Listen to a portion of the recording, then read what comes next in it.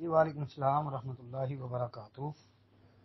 محترم بھائی کا سوال کہ جو اللہ کے حقوق ہیں وہ اللہ معاف کر دیں گے، جو انسانوں کے حقوق ہیں وہ اللہ معاف نہیں کریں، کہتے ہیں کہ یہ بات صحیح ہے؟ محترم بھائی، بات یہ ہے کہ حقوق اللہ رب العالمین نے معاف کرنے ہیں، اور حقوق العباد اس مسئلے کو بہت زیادہ ایزی نہیں سمجھ لینا چاہیے۔ یہ بڑا حساس معاملہ ہے۔ عام طور پہ یہی سمجھاتی ہے کہ حقوق العباد، بندوں کے حقوق ادا کرنے سے ہی وہ معافی ہوگی۔ باقی یہ بھی نہیں کہنا چاہیے کہ اللہ جو ہے وہ بندوں کے جو حقوق ہوں گے وہ بندے معاف کریں گے تب معافی ملے گی، اللہ معاف کریں گے تو نہیں۔ ایسی بات نہیں کرنی چاہیے، کیونکہ ایک تو سورہ نساء کے اندر آیا مبارکہ ان اللہ لا یغفر ان یشرک بہ ویغفر ما دون ذلک لمن یشاء، کہ اللہ رب العالمین نے شرک نہیں ماننا، ویغفر ما دون ذلک لمن یشاء، اور اس کے علاوہ جو چاہے اللہ معاف کر دے۔ یہ ما دون ذلک ہے، تو اس سے بعد اہل علم نے یہ استدلال کیا ہے کہ اللہ رب العالمین اگر چاہیں تو حقوق العباد والا معاملہ جو ہے اس سے بھی بندے کو صاف کر سکتا ہے، معاف کر سکتا ہے۔ جیسا کہ دلیل کے طور پر یہ صحیح بخاری کی وہ حدیث بھی سامنے رکھ لیں جس میں ایک آدمی نے 99 بندوں کو قتل کیا، یعنی ایک کم 100 بندوں کو قتل کیا۔ پھر اس نے ایک بندے سے مسئلہ پوچھا، مسئلہ اس کی مرضی کے موافق نہ آیا، اس نے اس کو بھی قتل کر دیا، یعنی 100 بندوں کا قاتل۔ صحیح بخاری وغیرہ کی حدیث۔ 100 بندوں کے قتل کرنے کے بعد پھر اس نے اللہ سے معافی مانگی۔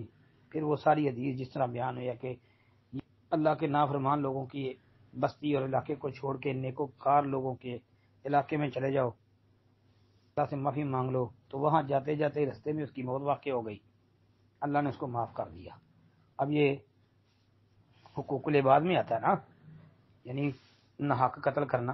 100 بندوں کا قاتل ہے تو دیکھو اللہ نے معاف کر دیا۔ تو اس لیے یہ مسئلے کو اتنا نارمل بھی نہیں لینا چاہیے، اور یہ بھی نہیں کہہ دینا چاہیے کہ جی اللہ نے معافی نہیں کرنا، بندے کریں گے تو معافی ملے گی۔ یہ اللہ رب العالمین چاہیں تو وہ بھی معاف کر سکتے ہیں۔ یہ دلیل صحیح بخاری حدیث کی جو ہے نا۔ باقی جو ہے پھر یہ قتل نفس جو ہے یہ ایسا مسئلہ ہے کہ حدیث میں آتا ہے کہ سب سے پہلے قیامت کے دن نماز کے متعلق سوال ہوگا۔ ایک حدیث میں آتا ہے سب سے پہلے قتل نفس کے متعلق سوال ہوگا۔ ان دونوں کے اندر تطبیق یہ ہے کہ جب حقوق اللہ کی باری آئے گی تو نماز کے بارے پوچھا جائے گا، اور جب حقوق العباد کی باری آئے گی تو قتل نفس کے متعلق پہلا سوال ہوگا۔ یعنی سمجھو کہ یہ پہلا سوال قتل نفس کے حوالے سے ہے، تو 100 بندوں کے قاتل کو اللہ معاف کر رہے ہیں، تو اس لیے وَيَغْفِرُ مَا دُونَ ذَلِكَ لِمَن يَشَاء کے اندر یہ بات سمجھ آ رہی ہے کہ اللہ رب العالمین چاہیں تو شرک کے علاوہ جو بھی گناہ ہے انسان کا اس کو معاف کر سکتے ہیں۔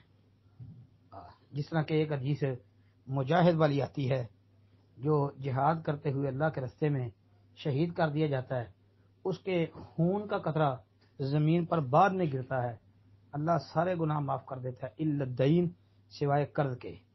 تو یہ قرض کے علاوہ، تو مطلب کہ قرض کی معافی نہیں، وہاں صرف قرض کی بات ہوئی ہے، لیکن قرض کے علاوہ کوئی بھی کسی قسم کا گناہ ہو تو وہ معاف ہو سکتا ہے۔ اب اس میں بھی یعنی قرض کا انسانوں کے ساتھ ہوتا ہے تو صرف انسانوں کے ایک گناہ کی طرف اشارہ دیا ہے، ذکر کیا ہے، وہ قرض والا۔ اس کے علاوہ جو ہے اور کسی کا ذکر نہیں کیا، تو سمجھ آتی ہے کہ اس کے علاوہ جو حقوق العباد سے کا باتیں ہیں اگر اللہ چاہے تو وہ معاف کر سکتا ہے۔ السلام علیکم ورحمۃ اللہ وبرکاتہ۔